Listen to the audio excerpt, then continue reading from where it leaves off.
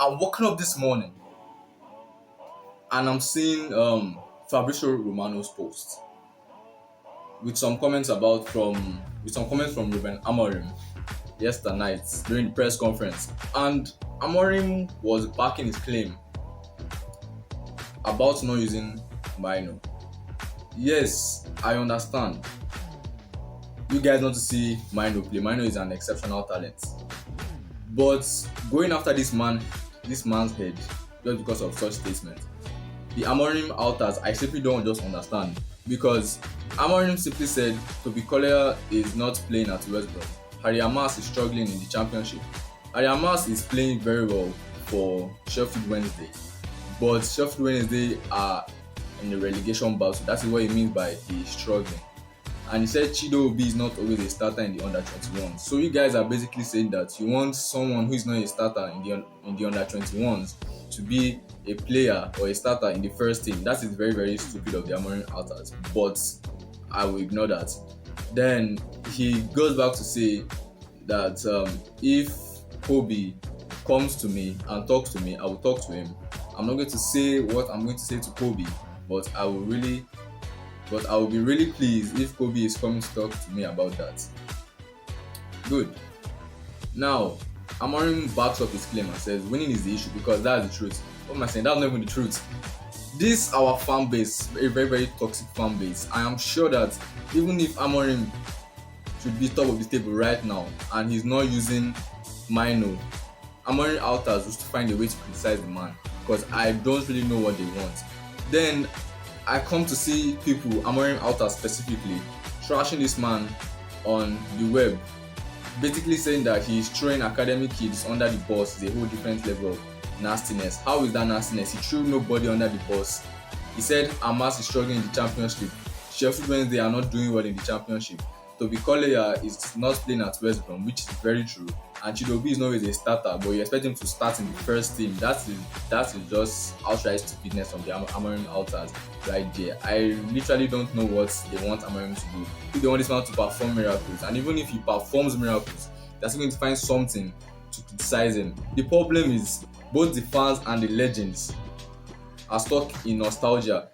Let me give an example right now. We know Chelsea 2005, they played the 4-3-3 system. Okay, Chelsea 2021, this exact same Chelsea team that won the UEFA Champions League, won it with a 4-5-2 formation. Now tell me, if Chelsea fans were still nostalgic and they said no, we can't win anything with this formation, they kept attacking Thomas Tuchel because of the formation he is using. Mind you, Chelsea 2021 did not do well in the Premier League that year, but they did very well in the Champions League. Now, I tell you, if Chelsea fans were criticizing Tuchel and the players every chance they got, do you think they will win the Champions League? Of course they will not. If they were nostalgic and thinking, oh, Chelsea 2005, we used the 4-3-3 formation. Or let me give an example for an actual team, another Chelsea team that won the Champions League, Chelsea 2012. They used the 4-3-3 formation. If Chelsea fans were nostalgic and they said no, this formation can't work just because it hasn't worked before or another coach has not used it to win something with that club before, then it can automatically not work. That's exactly what these toxic Man United fans are doing right now. And I don't simply understand because this club is the biggest club in England. Yes, they have the most toxic fans. Let me read some reviews from fans about this matter. One of them simply said, Scholes was right. He doesn't get this club.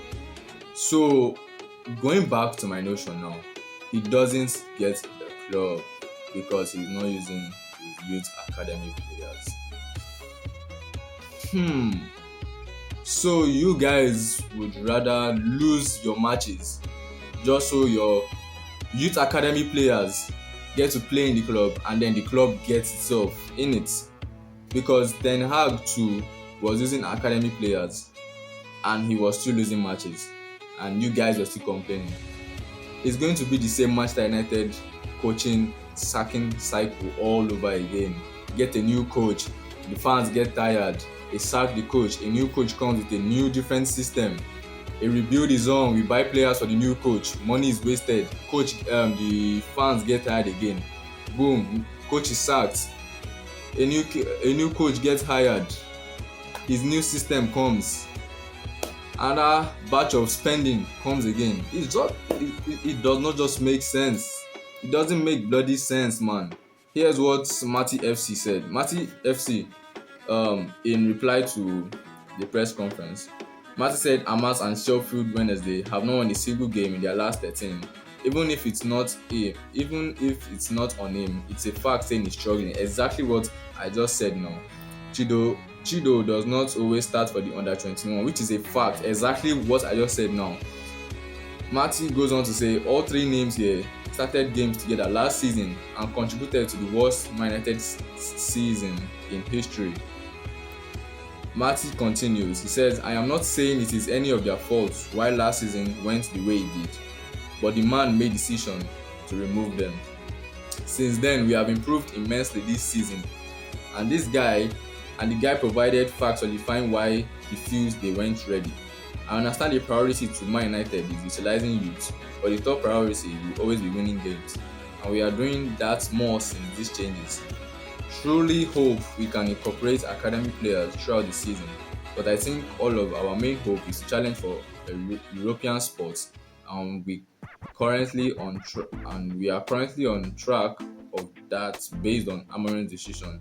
It's a harsh but a sad truth.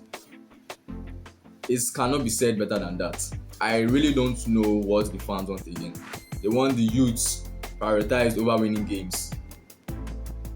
The only person that I can actually defend here is Hamas, because during our preseason, he played very well, him and Diogo Leon.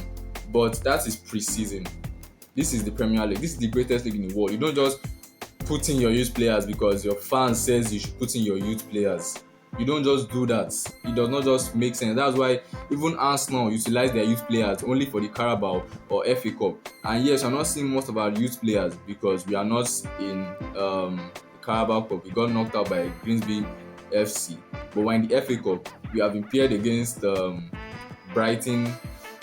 We played against Brighton, and I'm sure we will see at least, if not most of, at least some of our youth players playing in those matches, in the FA Cup matches, the early stages of the FA Cup matches. So I really don't know what the people want. And as a Man U fan, you literally have to tell yourself the truth. Most of these Amorim outers are just negative. It's like they don't like the man for anything, no matter what he does. Even if he wins matches, even if he draws match, even if he loses. In fact, when he loses, it's like they get an erection from it.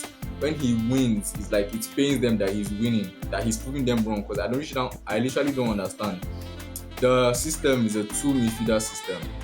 Kobe cannot replace Bruno Fernandes in any team in the world. No one is starting Kobe ahead of Fernandes. So what do you want the manager to do? Play Fernandes at number 10, right? Then where will Cunha and Mbeumo play? Where will Sheshko play?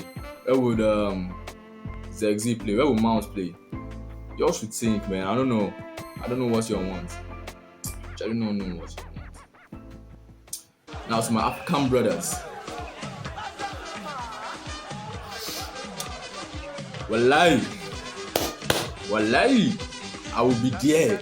You see, when they eventually sack this Amorim, Holy Ghost, I will be there when we will keep losing games because I am tired.